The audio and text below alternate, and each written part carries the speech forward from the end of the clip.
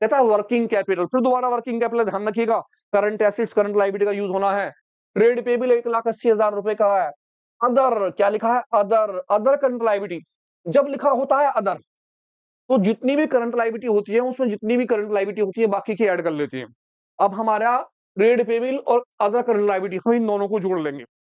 अब हम यहां लिखेंगे क्या चीज, करंट लायबिलिटी। मुझे करंट लायबिलिटी निकालने के लिए अदर करंट लायबिलिटी में प्लस करना पड़ेगा क्या चीज, ट्रेड पेबल।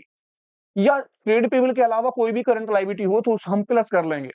मैंने देखा जी, मेरे पास अदर करंट लायबिलिटी जो है वो है 4,20,000 रुपए की। मैंने 4,20,000 रुपए यहां रख डाले, प्लस 1,80,000 रुपए मैंने इसके प्लस करे।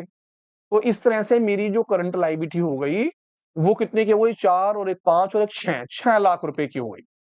अदर, अगर अदर नाम ना होता, खाली करंट लायबिलिटी नाम होता, खाली करंट लायबिलिटी, तो मैं ऐसा कैसे लिख लेता। लेकिन अदर नाम होने की वजह से और दूसरी जितनी भी करंट लायबिलिटी होंगी उन सभी को प्लस कर लिया जाएगा, तब वो आपकी करंट लायबिलिटी बैठेगी। अब मैंने यहां लिखा फॉर्मूला सबसे पहला करंट रेशियो का। मेरा जो करंट रेशियो है उसका फॉर्मूला अपना वही है पुराना वाला, क्या चीज, current assets upon current liability. अब मेरे पास करंट लायबिलिटी तो निकल के आ गई है कितने की, 6 लाख रुपए की। और मुझे क्या चाहिए, करंट एसिड्स।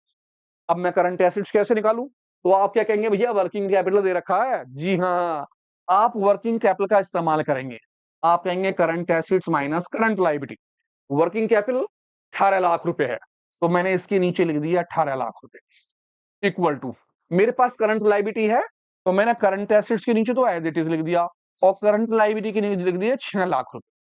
अब मैं निकाल सकता हूं current acids equal to 18 lakh में से मैंने क्या कर दिया, प्लस कर दिए 6 लाख रुपए। जब मैं 18 ले 6 प्लस कर दूंगा तो मेरी करंट एसिड्स हो गई कितने की, 24 लाख रुपए की।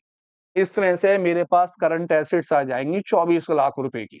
और आपका ये सारा का सारा काम जो है, आप इसे क्या बोलेंगे, वर्किंग नोट। लेकिन ध्यान रहे, ये क्वेश्चन का ही हिस्सा है, आपको शो करना है साफ साफ। सभी जीरो से सब जीरो काट दीजिए।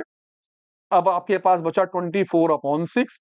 भैया 6 से काट दें, 6 से कितनी बार गया, 4 बार। तो आपका जो रेशो निकला वो निकला 4:1। यह आपका हो गया।